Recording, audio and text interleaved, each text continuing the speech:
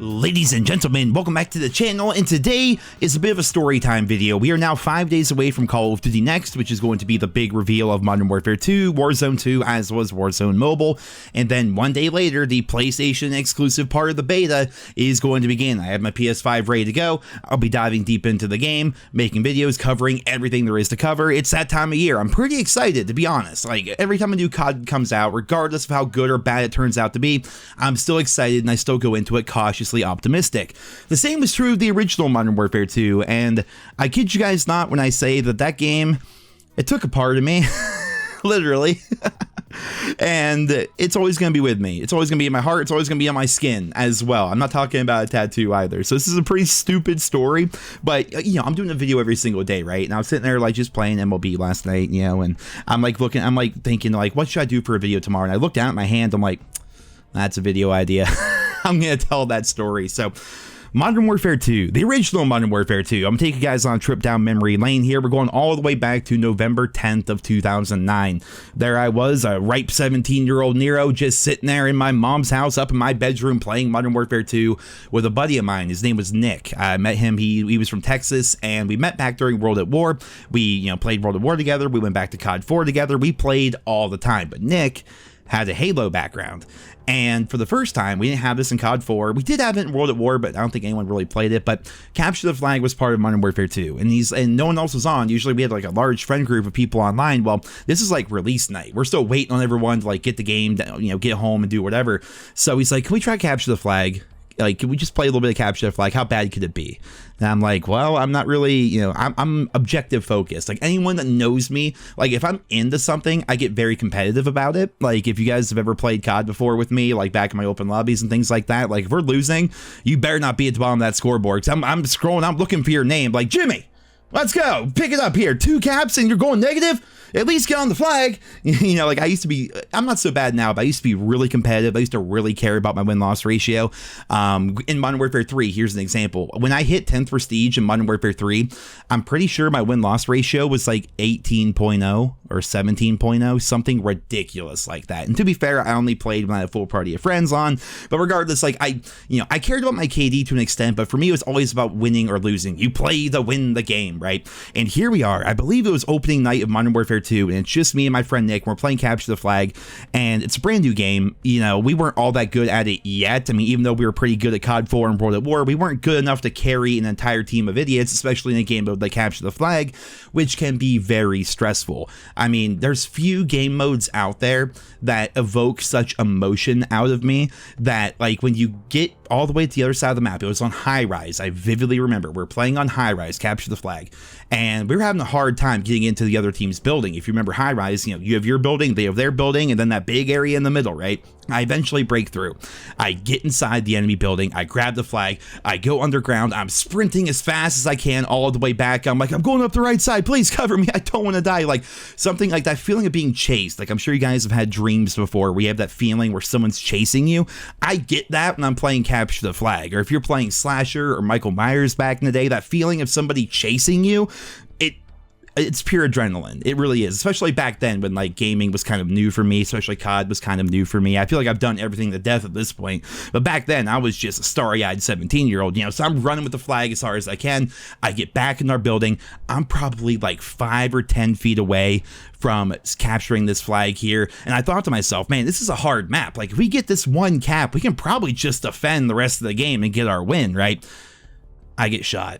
I die probably 3 feet. Like, I was like right there, right about to capture that flag. And I was so excited about ready to score, and I got killed and I was pissed. Like, I remember in my Turtle Beach X1 headset way back in the day, Nick sitting there in party chat with me. I just let out a giant fuck.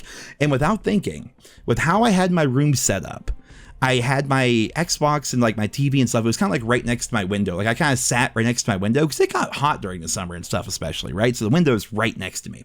And I go, fuck. And without thinking, I take my right hand and I just swing it over to the right. My hand goes clean through the window. And thankfully, I didn't get all that fucked up, but it wasn't good at the time. It bled bad. And this is all I have left. You're going to say, Nero, you talked this up like it was a big deal. Look, it wasn't the biggest deal in the world. I just think it's a funny story, but that's what my pinky looks like now. I would say it's about an inch and a half if we're going by guy inches.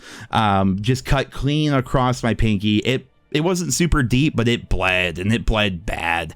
And my brother, who was right in the very next room, he was still awake.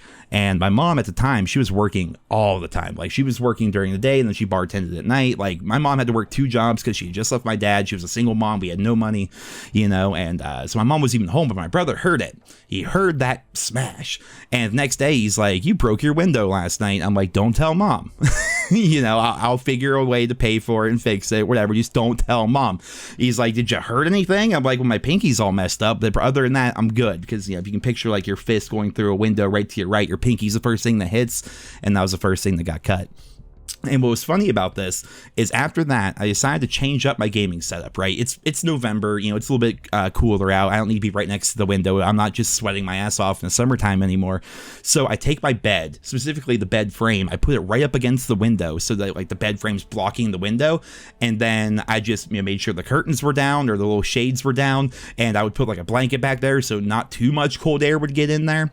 And I kid you guys not, we lived there for like 2 more years with that busted window. My mom never knew. And it eventually came time, it got down the road a ways, and we eventually ended up moving out of there. We moved in with my mom, ended up getting married, and we moved in with her and my new stepdad. And then eventually I moved out, got my own place, so on and so forth. But when it came time to move, we're getting the bed frames out of there, and she's like, how long has this window been broken? I'm like, oh yeah, like that was like in like 2009 at the time. Like that was like 2 years ago. I got mad, wasn't paying attention, didn't realize, and just punched straight through it. And it's one of those things where it happened so long ago that it's hard to be upset about. I mean, she was kind of pissed, but at the time I had money. I was able to be like, okay, I'll pay for the window now, because obviously the landlord's gonna want the window fixed, before new tenants move in. But the funniest part of the whole story, I suppose, and I left this part out, I was so frustrated because I care so much about my win-loss ratio in COD, or at least I did. Nowadays, with skill-based matchmaking, like, you're punished for having good stats. I don't want good stats anymore. But back then, I really cared.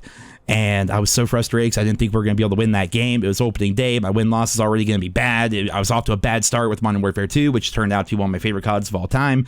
I'm pretty sure we won that game like 10-0. I'm pretty, because I literally, and we were a man down because I'm in the bathroom like cleaning out my cut and stuff like that. Like I'm like trying to bandage up my pinky. I'm like, this isn't too deep, is it? I'm trying to clean up glass off the floor and stuff like that. And I come back and we're in the pregame lobby. And I'm like, well, I think I'm all good now. And my buddy Nick's like, dude, we won like 10-0. I don't know why you got so mad. I'm like, I don't know why either. But it's that feeling, man, that feeling of adrenaline, like as you're just running across the map and you're that feeling of being chased, and you're about to score, you're about to capture the flag, and then you die and you're like, where's my team? And then window just went. It just broke, man. So yeah, I hope with Modern Warfare 2022, the game can evoke that same kind of emotion. I actually went back recently and I made a video about it was a video essay about why I quit Modern Warfare 2019.